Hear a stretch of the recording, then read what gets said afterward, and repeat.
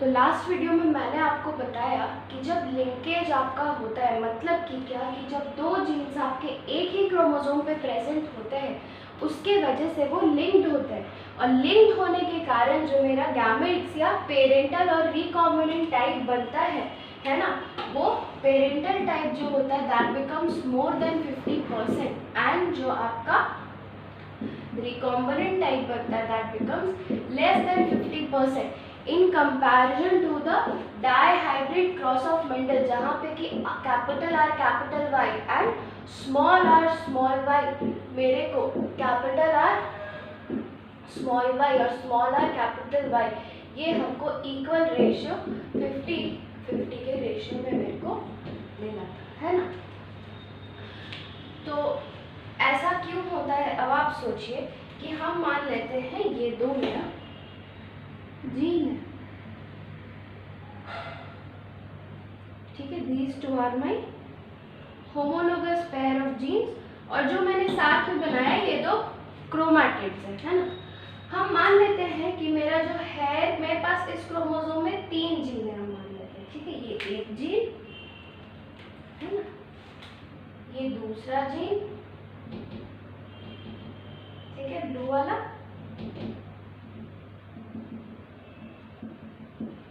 और ये ग्रीन वाला आपका तीसरा जीन, ठीक है। हम मान लेते इसके बीच में भी हो सकता है और जीन्स हो गए, हम अभी 3 जीन्स कंसिडर कर रहे हैं, ठीक है, एक ब्लैक वाला, एक ब्लू वाला और एक ग्रीन वाला।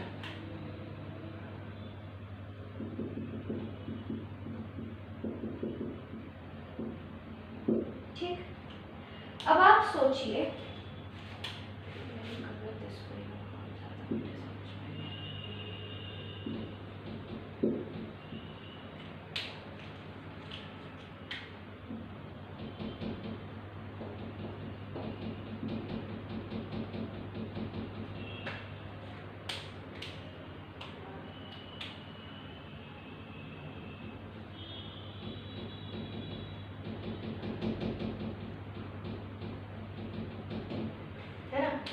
यहाँ पे भी सेम होगा। अच्छा, अब आप याद रखिएगा एक बार, ये मान लेते हैं मेरे को मदर से मिला, ये फादर से मिला। अब जो भी किसी एक स्पीशीज के ऑर्गेनिज्म होते हैं ना, जैसे हम मानते हैं हम और आप, तो मेरे पास अगर 23 पेयर ऑफ क्रोमोसोम्स है, आपके पास भी 23 पेयर ऑफ क्रोमोसोम्स ही होंगे। एक स्पीशीज में कितना क्रोमोसोम नंबर होता है ये हमेशा कांस्टेंट होता है। और हम मानते हैं कि, मान लेते हैं मेरे सेकेंड पेयर है ना, सेकेंड पेयर वाला जो क्रोमोसोम होगा उसमें मेरा जो जीन्स प्रेजेंट होगा, आपके भी सेकेंड पेयर में वही जीन्स उसी प्लेस पे प्रेजेंट होगा, है ना। बताया कि जीन्स जहाँ प्रेजेंट रहते हैं उनको लोकस बोलते हैं।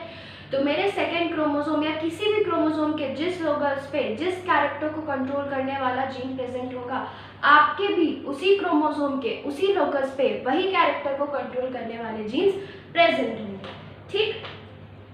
तो अगर ये मदर से मिला तो हम मान लेते ये किसी कैरेक्टर को कंट्रोल कर रहा है, ये किसी कैरेक्टर को कंट्रोल कर रहा है, ये किसी कैरेक्टर को कंट्रोल कर रहा है। तो फादर के पास भी जो जीन्स उस लोकस पे प्रेजेंट होंगे वो भी इन्हीं कैरेक्टर्स को कंट्रोल कर रहे होंगे, है ना। तो ऐसे में क्या होता है कि जब मेरा जाइगोट बनता है तो द नंबर गेट्स रीस्टोर्ड। ऐसा नहीं है कि एक कैरेक्टर वाला छूट गया जीन, एक कैरेक्टर का 2 आ गया, ऐसा कभी नहीं होता, क्योंकि वही क्रोमोसोम्स में हम मान लेते हैं ये मेरा 3rd क्रोमोसोम है ह्यूमंस का, तो उन दोनों के 3rd क्रोमोसोम से वही जीन्स है ना, वही प्रेजेंट होंगे। डिफरेंस कहाँ बस हो सकता है?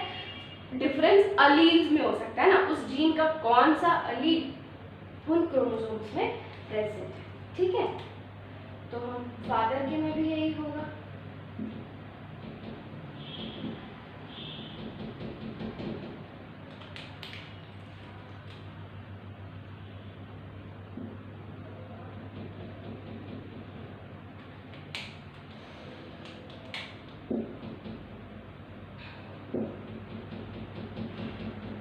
ठीक, अब देखिए, ये दो ठहरे सिस्टर क्रोमैटिड्स, ये दो ठहरे सिस्टर क्रोमैटिड्स, ये दोनों हो गए आपके नॉन सिस्टर क्रोमैटिड्स। अब ये दोनों अगल बगल है, इनके बीच में क्रॉसिंग ओवर होगा, ठीक है।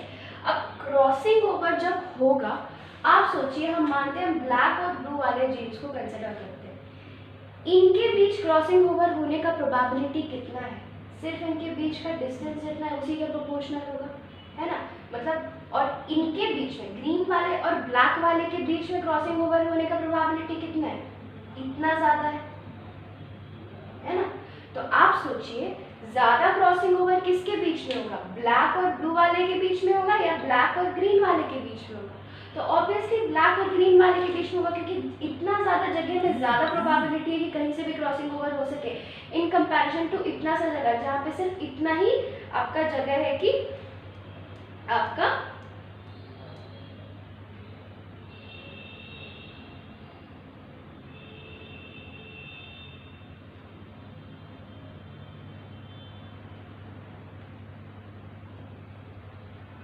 क्रॉसिंग ओवर हो सके, है ना। यहाँ पे इतना प्रोबेबिलिटी है, इतने जगह पे क्रॉसिंग ओवर हो सकता है, लेकिन यहाँ पे इतना प्रोबेबिलिटी कि इतने ही जगह पे आपका क्रॉसिंग ओवर हो सकता है। तो अब आप सोचिए कि हम मान लेते हैं यहाँ पे कोई आपका डोमिनेंट जीन प्रेजेंट है, ए बी सी मान लेते हैं ना। यहाँ पे ए प्रेजेंट है, यहाँ पे बी प्रेजेंट है, यहाँ पे सी प्रेजेंट है, ठीक है। उसी तरीके से यहाँ पे भी ए प्रेजेंट है, यहाँ पे हम मान लेते हैं कि स्मॉल, हम मान लेते हैं ना कि दोनों क्रोमोसोम्स के पास अलग अलग एलील्स है। एक भी हो सकते थे, हम अभी समझाने के पर्पज से मान लेते हैं कि सब में अलग अलग एलील्स है, ठीक है। यहाँ पे बी हो गए, यहाँ पे स्मॉल सी हो गए, ठीक है। तो अब आप सोचिए कि ये दोनों क्रोमोसोम्स जब अलग होंगे, है ना, पेरेंटल टाइप तो आपका एक गैमेट बनेगा ही, है ना। एक क्रोमोसोम के पास तो आपका ऐसा वाला गैमेट आएगा ही, ए बी सी तो बनेगा ही, क्योंकि एक ही क्रोमोसोम पे एक गैमेट आपका small a small b small सी बनेगा ही बनेगा, ठीक।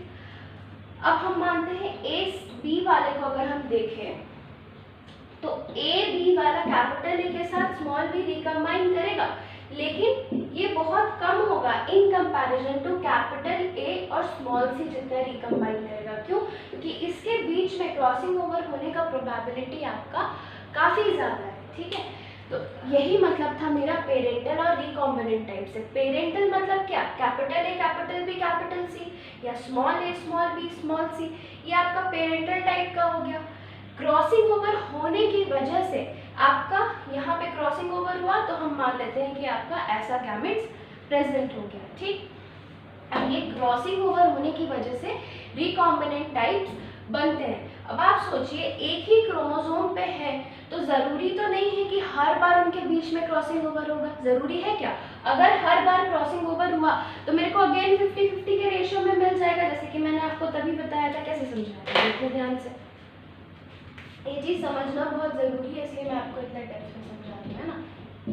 अगर हम मान लेते हैं क्रॉस, ये नॉर्मल हम मान लेते हैं ना, बी मैंने आपको बताया था एंड एस के साथ मैंने आपको डिस्क्राइब किया था, ठीक। क्रॉसिंग ओवर अगर यहाँ से होता है तो क्रॉसिंग ओवर होने की वजह से आपका कैसा बन जाएगा?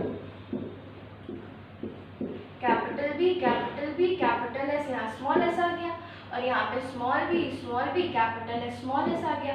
तो ये जो जब अलग होगा तो चारों इक्वल नंबर, एक एक एक एक, कैपिटल बी के साथ कैपिटल एस, कैपिटल बी के साथ स्मॉल एस, स्मॉल बी के साथ capital S and small b के साथ स्मॉल एस आपका बन जाएगा ना।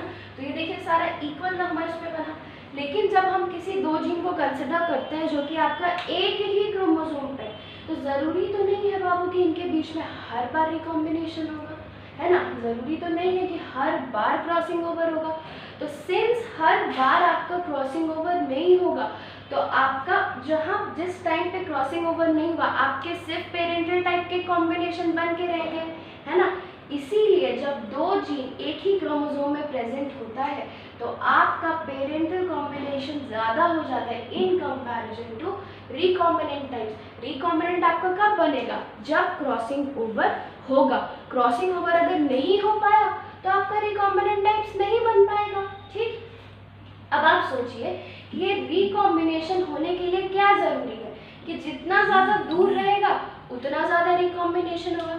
तो आप ये बात याद रखिएगा कि दो जीन, है ना, जितना ज़्यादा एक क्रोमोसोम पे पास होगा उतना कम चांसेस होगा कि उनमें रिकॉम्बिनेशन हो, और उतना कम चांसेस होगा उनमें रिकॉम्बिनेशन हो तो रिकॉम्बिनेंट 50% से और उतना कम आएगा, है ना। एंड पेरेंटल टाइप 50% से उतना ज़्यादा आएगा। इसी का उल्टा सोच लेते हैं, जैसे ए और सी वाला, जितना एक ही क्रोमोसोम पे 2 जीन दूर होगा उतना ज़्यादा रिकॉम्बिनेशन होगा, उतना ज़्यादा रिकॉम्बिनेशन होने की वजह से 50% के करीब आ जाएगा, है ना, एकदम 50% के करीब आ जाएगा, और पेरेंटल टाइप भी 50% के एकदम करीब आ जाएगा। याद रखना 50 से ज़्यादा कभी एक्सीड नहीं कर सकता, ये रेशियो कभी उल्टा नहीं हो सकता। ऐसा कभी नहीं होगा कि पेरेंटल टाइप 50 से कम हो जाए और रिकॉम्बिनेंट टाइप आपका 50 से ज़्यादा हो जाए, क्योंकि इस केस में भी मैक्स टू मैक्स जब पूरी तरह से मेरा तो क्रोमोसोम्स अलग हो गया था बिना क्रॉसिंग ओवर के भी अगर हम मान लेते हैं, है ना, तो गैमेट्स कैसा बनता है मेरा, जैसे RRY में भी देखे थे, उस केस में भी जब हर तरह का गैमेट एकदम इंडिपेंडेंटली एक दूसरे के साथ, गैमेट बोल रही हूँ वेरी सॉरी, हर तरह का जीन जब एक दूसरे के साथ इंडिपेंडेंटली कंबाइन करेगा तभी भी max to max parental is to recombinant का रेशियो 50:50 ही होगा, है ना। ये कभी उल्टा नहीं हो सकता, आप याद रखना। तो पेरेंटल टाइप हमेशा आपको या तो 50 मिलेगा या उससे ज़्यादा मिलेगा, और रिकॉम्बिनेंट टाइप हमेशा आपको 50 से कम मिलेगा या 50 के इक्वल होगा। अगर इनमें हम मान लेते हैं 100% ऑफ टाइम ए और सी के बीच में रिकॉम्बिनेशन हुआ, है ना, जितना बार भी मियोसिस होता है उतना बार ए और सी के बीच में आपका रिकॉम्बिनेशन होता है, तो ये रिकॉम्बिनेशन होने की वजह से आपका मैक्स टू मैक्स क्या होगा कि पेरेंटल टाइप तो एक तो आपको मिलेगा ही, ये रिकॉम्बिनेशन वाला भी आपको उतने ही नंबर में मिल जाएगा।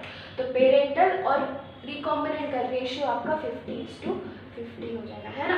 तो याद रखना जीन्स जितने पास रहेंगे उतना ज़्यादा पेरेंटल मिलेगा, उतना कम रिकॉम्बिनेंट मिलेगा, जितने दूर रहेंगे उतना ज़्यादा चांसेस होगा कि ये दोनों इक्वलाइज कर जाए ना। कभी भी पेरेंटल वाला रिकॉम्बिनेंट से कम नहीं हो सकता है, या रिकॉम्बिनेंट वाला पेरेंटल से ज़्यादा नहीं हो सकता है, ये प्लीज़ आप याद रखना, ठीक है।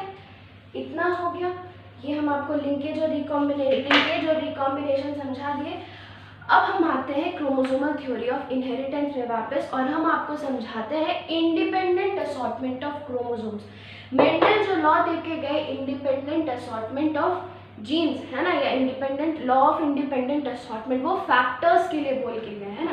फैक्टर्स मतलब हमारे लिए जीन्स के लिए बोल के गए। लेकिन अब हम क्या देखें कि अगर कोई दो जीन मेरा एक ही क्रोमोसोम पे प्रेजेंट है तो क्या ये दो ज़रूरी है कि हमेशा इंडिपेंडेंटली असॉर्ट कर पाएगा? क्या इक्वल नंबर्स में कैपिटल ए के साथ स्मॉल बी और स्मॉल ए के साथ कैपिटल बी मिलेगा? मेरे को नहीं मिलेगा। इसका क्या मतलब है कि कैपिटल ए बी के साथ या ये वाला जीन इस जीन के साथ लिंक्ड है। तो जो Mendel law of independent assortment देके गए वो जीन्स या फैक्टर्स के लिए देके गए, लिंकेज के कारण, सिंस उनको नहीं पता था कि क्रोमोसोम्स नाम का भी कोई चीज़ होता है, और अब हमको पता चला कि क्रोमोसोम्स में अलग अलग जीन्स प्रेजेंट होते हैं। इसके चलते law of independent assortment genes या फैक्टर्स के लिए जो था वो गलत प्रूव हो गया। क्रोमोसोमल थ्योरी ऑफ इनहेरिटेंस में क्या बोला गया, ये जो जीन्स का बात मेंडल करके गए थे उनका बिहेवियर क्रोमोसोम पैरेलल करता है ना। तो अब जो बोला गया, जो क्रोमोसोमल थ्योरी ऑफ इनहेरिटेंस दिया गया, that is nothing, that is just the law of independent assortment of chromosomes, है ना, जीन्स के बदले ऑफ क्रोमोसोम लगे। ये क्रोमोसोम कोई दूसरा जो क्रोमोसोम होगा उसके हिसाब से एकदम इंडिपेंडेंटली असॉर्ट करेगा। कैसे करेगा हम देखते हैं, चलिए, ठीक है। आपके एनसीईआरटी में बहुत अच्छे से समझाया है, हम एकदम वैसे ही आपको समझाएंगे, ठीक है। आज हम आपको समझा दे रहे हैं, नेक्स्ट वीडियो में हम आपको ये सब का नोट्स लिखा देंगे, है ना। आज एकदम अच्छे से समझिएगा नहीं तो लिख के कोई फायदा नहीं है। You have to understand these things, ये बहुत इंपॉर्टेंट है, दिस रेशियो, है ना, ये याद रख। हम आपको थॉमस हंट मॉर्गन का भी नेक्स्ट क्लास में आपको उनका एक्सपेरिमेंट पढ़ाएंगे, ठीक है, रिकॉम्बिनेंट मैप्स के बारे में बताएंगे। अभी के लिए आप प्लीज़ ये समझिए।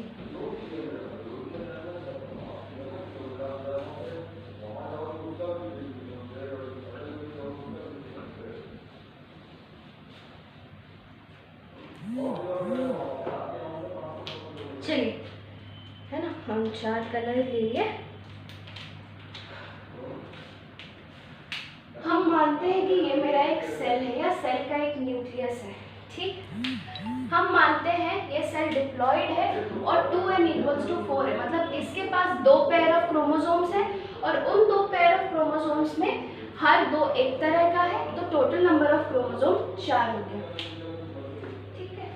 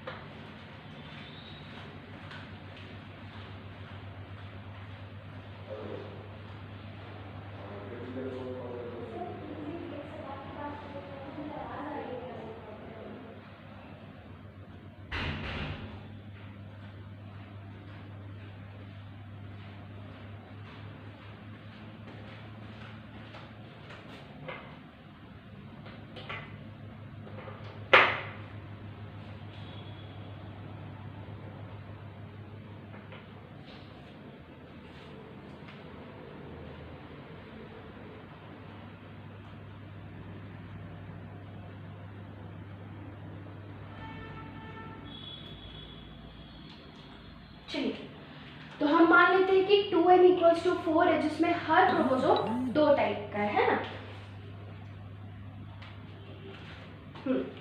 तो हम मान लेते हैं एक, अब जहां अभी तक मैंने आपका एक टाइप का होमोलोगस क्रोमोसोम को एक ही कलर से बनाया था, पर लॉ ऑफ इंडिपेंडेंट रिसॉर्टमेंट बताने के लिए मैं होमोलोगस क्रोमोसोम्स को अलग अलग कलर से बनाऊंगी, है ना। मैं साइज में डिफरेंस बता दे रही हूँ ताकि आपको समझ आए कि होमोलोगस क्रोमोसोम है। हम मान लेते हैं ये एक पेयर ऑफ क्रोमोसोम हो गया मेरा, ठीक है, ये एक पेयर ऑफ क्रोमोसोम हो गया एंड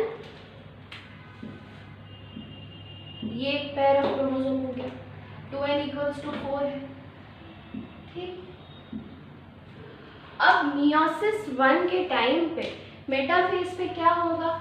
अच्छा, सबसे पहले प्रोफेज में आपका ये जो 2 होमोलोगस क्रोमोसोम है दे विल पेयर, है ना। ये जो 2 होमोलोगस क्रोमोसोम्स है ये will pair up. Pair up होने की वजह से क्या होगा कि ये ऐसे करके पेयर कर गए, ठीक है। अब आप सोचिए कि ये पेयरिंग ऐसे भी तो ये पेयरिंग दिखाने के लिए मैं ऐसे बना देती हूँ, ठीक है। हम मान लेते हैं कि ये पेयर होके मेटाफेज में इक्वेटोरियल प्लेट पे अरेंज हो गए, तो उनका अरेंजमेंट मैं कुछ ऐसे दिखा देती हूँ, ठीक है। ये छोटे वाले थोड़ा बड़ा बनाते हैं, ठीक है ना। ये 2 अलग अलग होमोलोगस क्रोमोसोम के पेयर, एक पेयर, ठीक है, और ये एक होमोलोगस क्रोमोसोम के पेयर, ठीक है। ये जो 2 दिखाया है वो 2 क्यों दिखाया है? टू डिनोट द क्रोमैटिड्स, ठीक है। ये पेयरिंग ऐसे होगा। आप सोचिए ये पेयरिंग ऐसे भी तो हो सकता था, क्या ऐसे नहीं हो सकता था? अच्छा, पहले इसके पहले अब आप सोचिए ये मेटाफेज में ऐसे अलग हो गए, ठीक है, दिस इज ऑफ मेटाफेज 1। उसके बाद जब सेल डिवाइड कर जाएगा 2 में, तो कैसे होगा? आपका ये दोनों एक में आ जाएगा, ये दोनों एक में आ जाएगा। आपको पता है यहाँ से ऐसे स्ट्रैंड्स निकलेंगे, है ना, सेंट्रियोल से, और इनको यहाँ पे खींच लेंगे। तो आपका कैसे यहाँ पे जो 2 सेल है, ये 2 सेल है ना, जिसको मैंने बीच से डिवाइड किया, 2 सेल आपका कैसे बनेंगे? इस साइड आपका रेड आ गया, इस साइड आपका ब्लैक आ गया, ठीक है, और इस साइड आपका ब्लू आ गया, और इस साइड आपका ग्रीन आ गया, ठीक है। तो मतलब ये एक सेल बना और ये एक सेल बना, ठीक है। मतलब ये वाला जो क्रोमोसोम होगा मदर का, इसके साथ ब्लू वाला आ गया, ठीक। अब क्या ये ऐसे नहीं हो सकता था? आप सोचिए कि ब्लैक वाला इस साइड आ जाए और रेड वाला इस साइड आ जाए, हो सकता था ना? तो हो सकता था। तो अब आप सोचिए कि जो गैमेट बनेगा वो कैसा बनेगा, है ना। दिस इज, अब ये गैमेट फिर से डिवाइड करके ऐसा बनाएगा, और ये फिर से 2 डिवाइड करेंगे, मतलब रेड एंड रेड सिंगल आपका सेल्स में बढ़ जाएगा, है ना। ये हम मान लेते हैं ऐसे पेयर अप किया, ठीक है। फिर जब ये फर्स्ट टाइम मियोसिस 1 करेगा, है ना, मेटाफेज में ऐसे अरेंज हो गया, एनाफेज में ऐसे ही स्ट्रैंड्स खींचेंगे, स्ट्रैंड खींच के फिर क्या बनेगा, फिर से 2 सेल बनेगा, है ना। तो क्या ये 2 सेल ऐसे नहीं बनेगा, इस साइड आपका रेड आ गया, इस साइड आपका ब्लैक आ गया, इस साइड आपका ब्लू आ गया एंड इस साइड आपका ग्रीन आ गया। ठीक, अब आप सोचिए कि यहाँ पे जो गैमेट्स बना था उनमें इस जीन में कुछ अलील, इस वाले क्रोमोसोम पे कुछ जीन्स के कुछ अलील्स होंगे, इसके पास वही सेम अलील्स होंगे, है ना, डिफरेंट अलील्स होंगे, सेम जीन्स होंगे, इनके पास भी ऐसा होगा।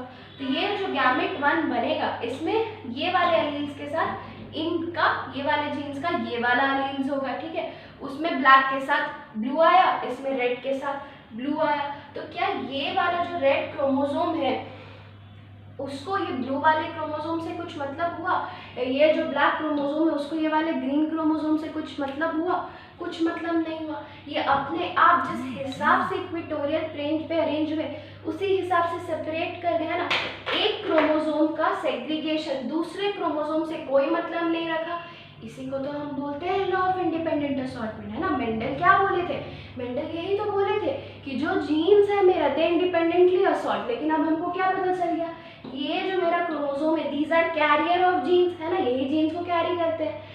लेकिन क्रोमोसोम का इंडिपेंडेंट असॉर्टमेंट तो पॉसिबल है। तो जो क्रोमोसोम और जीन या फिर फैक्टर जो मेंडल बोल के गए थे उसका जो बिहेवियर है that parallels the behaviour of chromosomes, ठीक है। और यही बात, है ना, थियोडोर और बोवेरी बोल के गए थे ना, they gave the chromosomal theory of inheritance, और वो यही बता के गए कि जो फैक्टर्स मेंडल जिन फैक्टर्स का बात किए थे वो आपका क्रोमोसोम उनका पैरेलल बिहेवियर शो करते हैं, और यही है आपका क्रोमोसोमल थ्योरी ऑफ इनहेरिटेंस। कुछ नहीं है chromosomal theory of inheritance, that is just the law of independent assortment of chromosomes, है ना। एक क्रोमोसोम कैसे अलग हो रहा है उसको दूसरे क्रोमोसोम के अलग होने से कोई मतलब नहीं, है ना। मेरा गैमेट कैसा भी बन सकता है, it is just the situation, है ना, it is just the probability कि कौन सा किसके साथ कंबाइन करेगा, ठीक है। तो this is chromosomal theory of inheritance. इसके बारे में जब मैं आपको नोट लिखवाऊंगी आप थोड़ा और क्लियर हो जाएगा, वो नेक्स्ट वीडियो में करेंगे। यहाँ तक मैंने पढ़ा दिया है, आप प्लीज़ अपना NCERT का पेज नंबर 83 का, है ना, क्रोमोसोमल थ्योरी ऑफ इनहेरिटेंस देखो, फर्स्ट पैराग्राफ में एकदम बोल्ड लेटर्स से लिखा है, वहाँ तक पढ़ना।